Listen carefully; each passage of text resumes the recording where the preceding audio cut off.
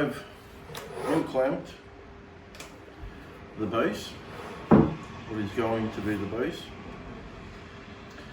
and I'm going to now turn the dowel for this hole and for the wooden screw. Now first, the thing is, I don't know what the length of the wooden screw is supposed to be. And I mean, I could, I guess, sit down and work it out, the length of the stiles, the thickness of the cross member, the thickness of the, not sure what you'd call it, is it the pressing plate, something like that, you know? I could sit down and work it all out, but I don't have to in the end. See, at first I thought maybe this is not long enough, and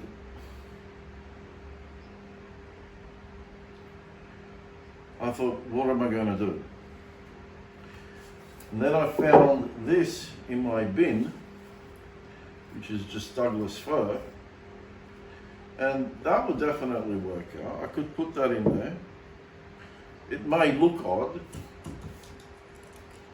but I decided not to, because the obvious struck me, this is too wide, right? So I've got to cut this down, rip it down, in order to turn it. I can't turn it like this, can I? So that means I've now got two pieces of wood. And one of them is going to be the dowel for this, and the other is going to be the screw. So that's what I'm going to do. So I've already marked this, and this side's going to be, I'll write that down.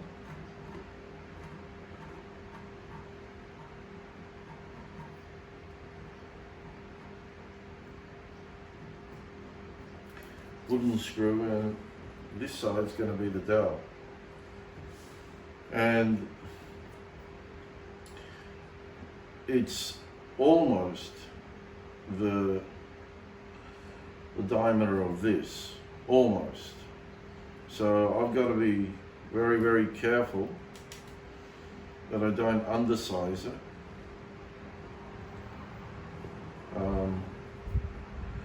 Otherwise the whole project is just going to fall to bits. But what I will do, now this is as a precaution, rather than turning the whole piece of timber, right, I'm only going to turn a part of it. So if I do muck up, I can throw it away and start over again. And if I muck up, let's say 3 or 4 times, then I truly deserve getting a kick in the backside. So that's what I'm going to do now, is cut, rip this, and hope for the best.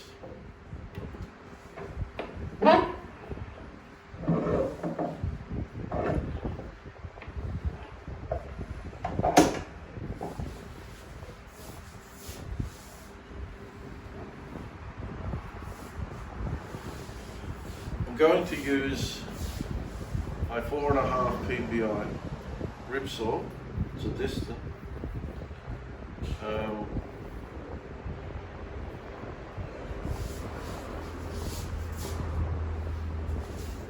There's surface rust just creeping up there. Get rid of it as soon as you see it. This is a possibly a 1917 model or an 1897. thing is, no one knows. No one knows. So it's dated between 1897 to 1917. Whatever it is, it's good. I sharpened it. Works well.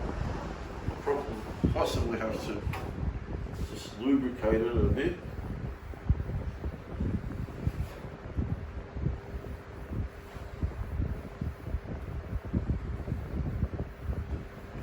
And all hand tools work as well as the user. So that says a lot.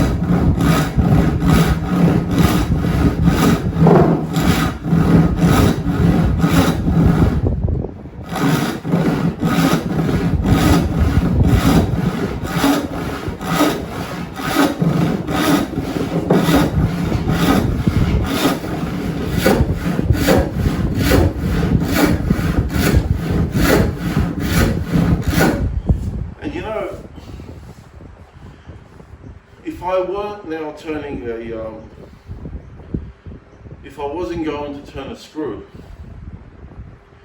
then I could now cut it off here and just turn that for that, turn the dowel for that. So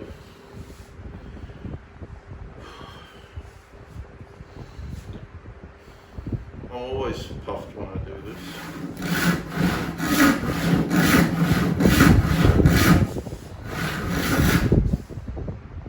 Always check on the other side. If you're not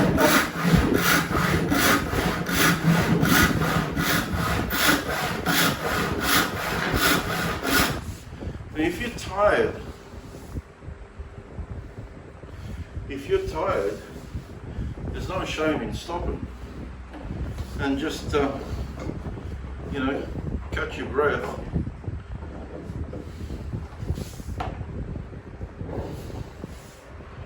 Also, when you use a two-handed method, it does saw quicker because you are putting pressure on the downward pressure on the saw. But you do tend to go off quickly. So it's best never to use a lot of downward pressure when you're sawing, because you will go off the line. And the other thing is, if your saw isn't set properly, it too will contribute to you going off the line. So the best course is to allow the weight of the saw, to allow the weight of the saw to do that downward pressure. When you do apply it, it's just got to be just enough, but not overboard. So it's the weight of the saw plus you also applying just a little bit to help it go through. And that's basically how you saw. And to prevent it from going off the line. And patience is the key. That's basically what it is. If you're not patient, if you want to get it done in a hurry, then go out and buy a bandsaw or a table saw. Bandsaw is probably a better option.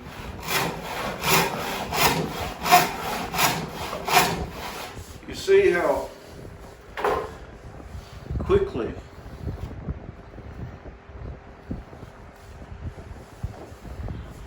in those last few strokes I went, and I'll show you.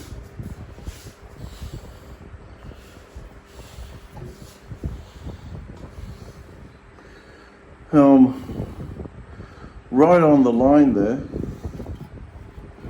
on both sides. You ignore that one, that was freehand. This was done with my panel gauge.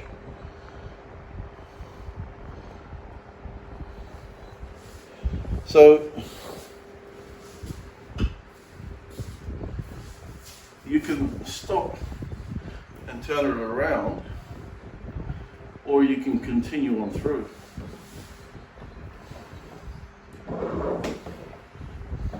With a continuance, if you turn it around, you have, unless you've lined it up properly with the other line, then you'll meet the other end. But if you haven't, then there will be a step, right? So you won't meet with the other line, and that happens more often than not. So what I like to do is continue on as much as I can and then flip it. So if I do go off, it's by a very, very small amount.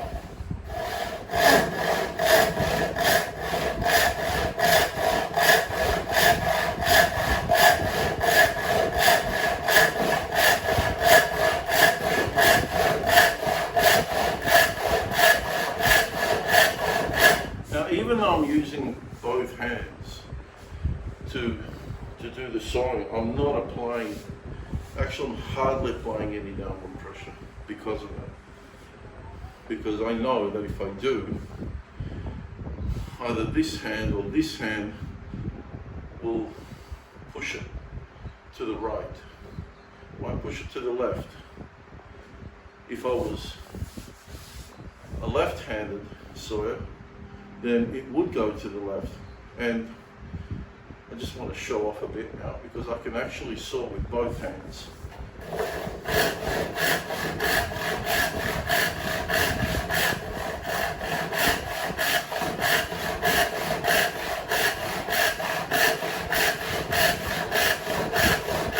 So I trained myself to be able to do that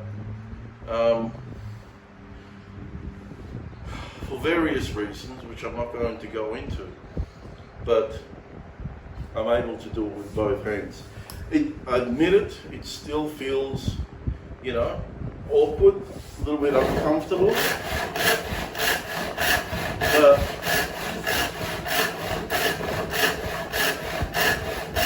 I'm able to do it. And you can see I'm still on the line. I haven't moved a bit. So I'm getting very, very close here.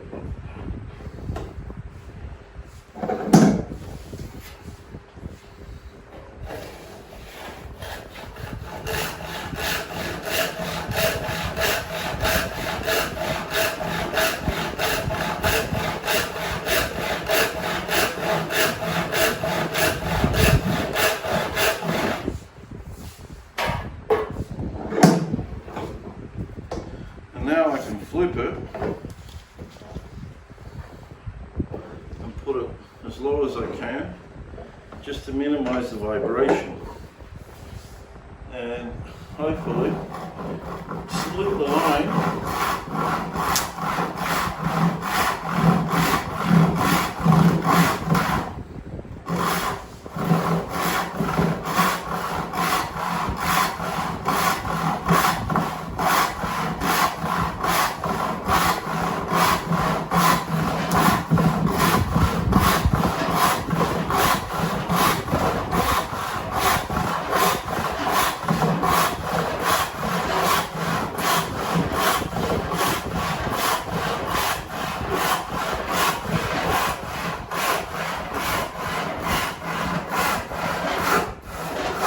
And I've broken through,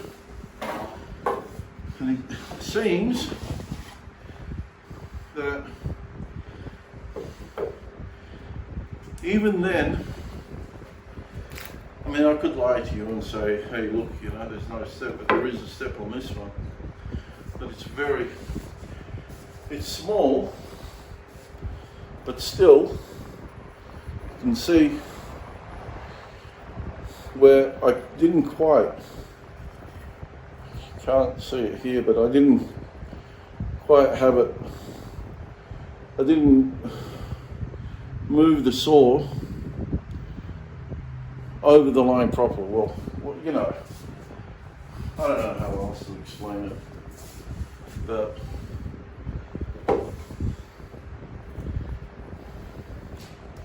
this one hasn't got what it does. It should have. It's such a very, very small step. You see, such a minute step. So that's going to be the wooden screw. And this one is going to be for that. So that's it. In the next video, I'll be turning the screw, which I'll be turning now, but you guys will see it. Alright, thanks for watching. Till next time, be careful.